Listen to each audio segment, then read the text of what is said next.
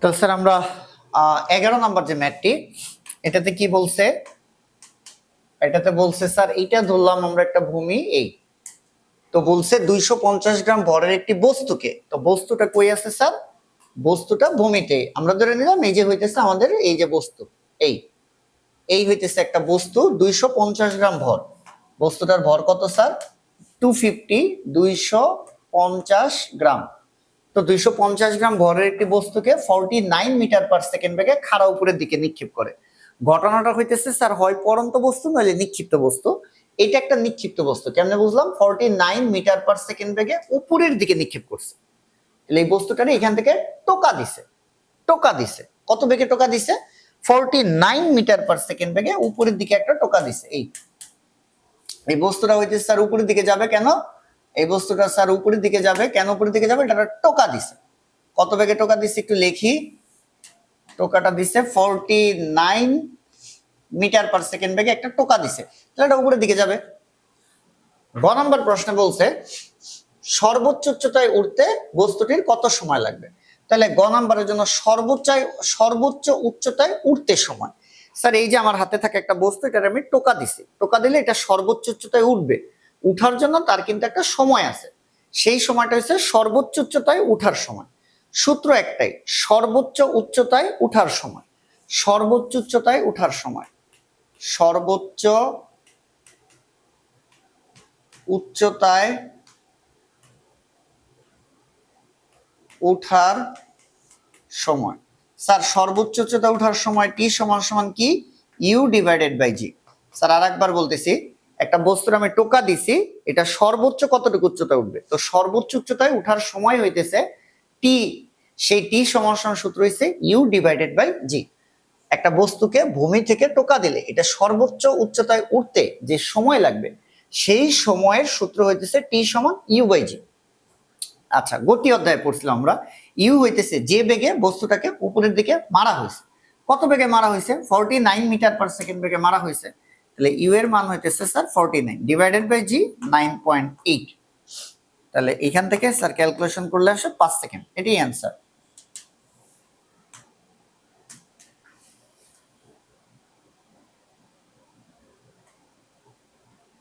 তো স্যার গ শেষ, এবার আমরা ঘ করব।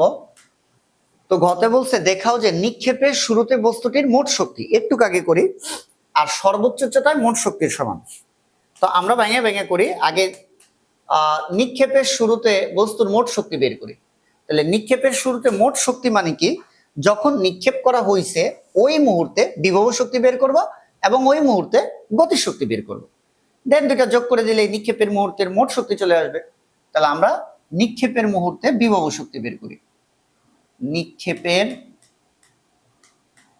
মুহূর্তে বিভব শক্তি, নিক্ষেপের মুহূর্তে আমরা বিভব শক্তি বের করব।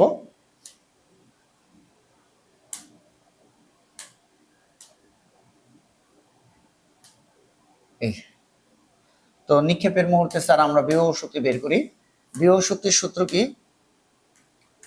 ইপি সমান সমান এম জি এইচ। তাহলে ইপি সমান সমান এম ভর 250, স্যার ওইটা তো গ্রাম, কেজিতে নিলে 1000 দ্বারা ভাগ, জি এর মান 9.8 ইন্টু এইচ। বিভব শক্তির জন্য মনে আছে, বিভব শক্তির জন্য কোন উচ্চতা? বিভব শক্তি আমরা বের করব কোন একটা মুহূর্তে, কোন মুহূর্তে? নিক্ষেপের মুহূর্তে, এই যে যখন সে ভূমিতে আছে। তাহলে উচ্চতা হইতেছে যেই মুহূর্তের গতি বিভব শক্তি বা যেই বিন্দুর বিভব শক্তি, ওই বিন্দুটা ভূমি থেকে কতটুকু উপরে আছে। তো আমরা তো বিভব শক্তি বের করবো নিক্ষেপের মুহূর্তে, মানে এখন বস্তু ভূমিতে আছে, তাহলে উচ্চতা হবে ভূমি থেকে উচ্চতা। তো ভূমি থেকে তো কোনো উচ্চতাই নাই, এইখান থেকে নিক্ষেপ করব, এইখান থেকে নিক্ষেপ করব। তাহলে এইখানে বিভব শক্তি কত? ভূমি থেকে উচ্চতা, এটা তো ভূমিতেই আছে, তাহলে ভূমি থেকে তো কোনো উচ্চতাই নাই। এটা কত হবে? এটা হবে স্যার 0। কত হবে? 0। তাহলে আসলে নিক্ষেপের শুরুতে বস্তুটার মধ্যে কোনো বিভব শক্তি ছিল না, 0। এবার বের করব নিক্ষেপের মুহূর্তে গতিশক্তি। নিক্ষেপের মুহূর্তে গতিশক্তি বের করব, গতিশক্তি।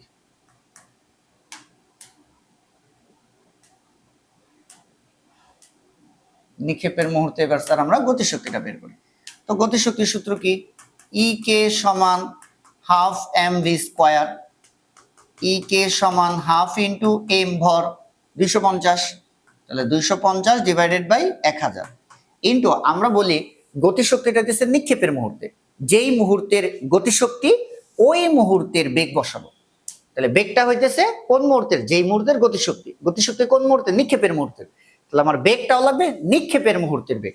এবং প্রশ্নের শুরুতেই বলছে এত বেগে খাড়া উপরের দিকে নিক্ষেপ করছে, তাহলে নিক্ষেপের মুহূর্তে কত বেগে নিক্ষেপ করছে 49, তাহলে এটা হচ্ছে স্যার 49 স্কয়ার। তাহলে আমরা ই কে এর মান পেয়ে গেলাম 0.5 ইন্টু 250 ভাগ 1000 ইন্টু 49 স্কয়ার, এটা আসে স্যার 300.125 জুল। তাহলে নিক্ষেপের মুহূর্তে মোট শক্তি, নিক্ষেপের মুহূর্তে মোট শক্তি ই সমান সমান ইপি প্লাস ইকে। ইপি কত স্যার 0 আর ইকে কত 300.125, তাহলে টোটাল এনার্জি হইতেছে 300.125 জুল।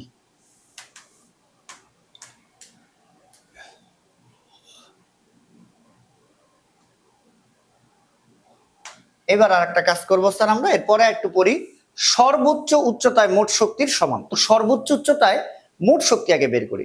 আগে তো সর্বোচ্চ উচ্চতাটা জানতে হবে, সর্বোচ্চ উচ্চতা কত। সর্বোচ্চ উচ্চতা মানে আমার হাতে একটা কলম আছে, এটার আমি টোকা দিছি, টোকা দিলে এটা কিছু দূর উঠবে, কতটুকু উঠবে, ধরো এইখানে ওইটা থাইমা গেছে আবার নিচে পড়বে, তো যেইখানে ওইটা থাইমা নিচে পড়বে ওর বেশি তো আর উঠে নাই, তাহলে এই যে আমার হাতের থেকে এই উচ্চতাটা এখন সর্বোচ্চ উচ্চতা।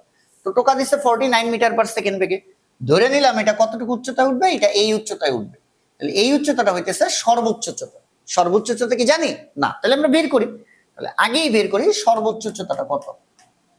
সর্বোচ্চ উচ্চতা স্যার, সর্বোচ্চ উচ্চতার একটাই সূত্র, গতি অধ্যায়ে আমরা পড়ছি, এই সমান সমান you square divided by 2g।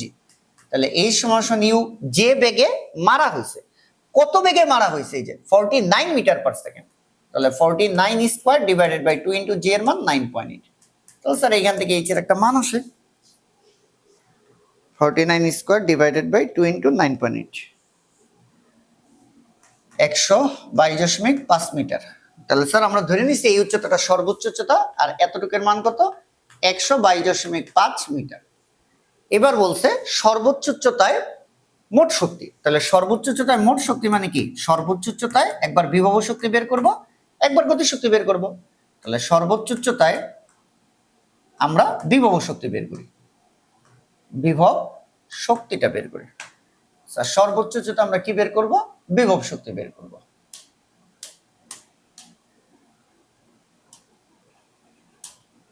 সর্বোচ্চ উচ্চতায় বিভব শক্তি বের করব কোন সূত্র দিয়ে, ইপি সমান mgh।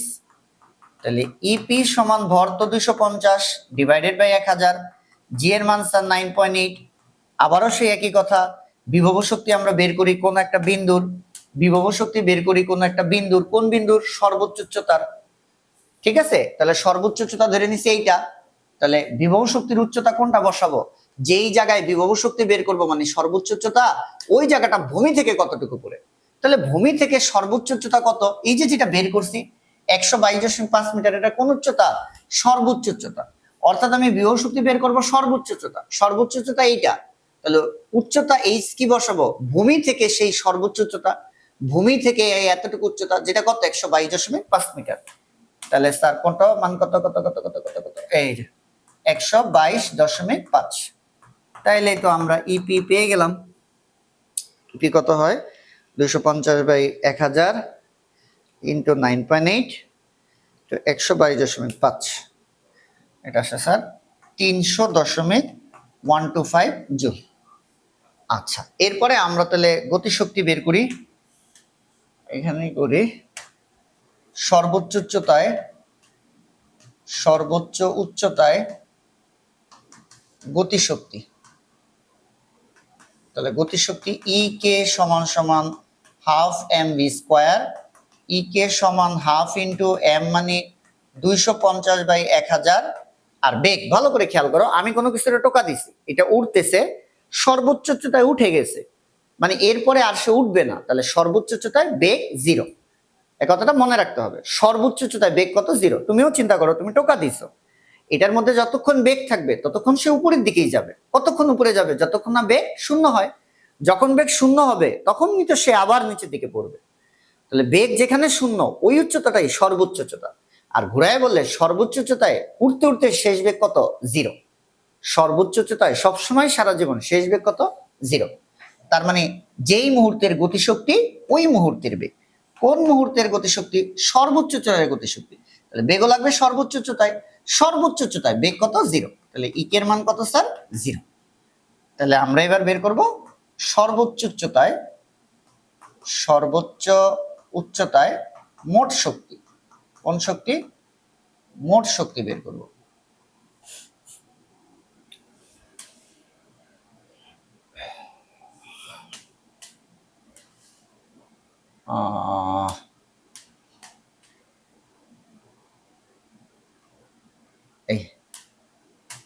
তাহলে স্যার মোট শক্তি কত স্যার?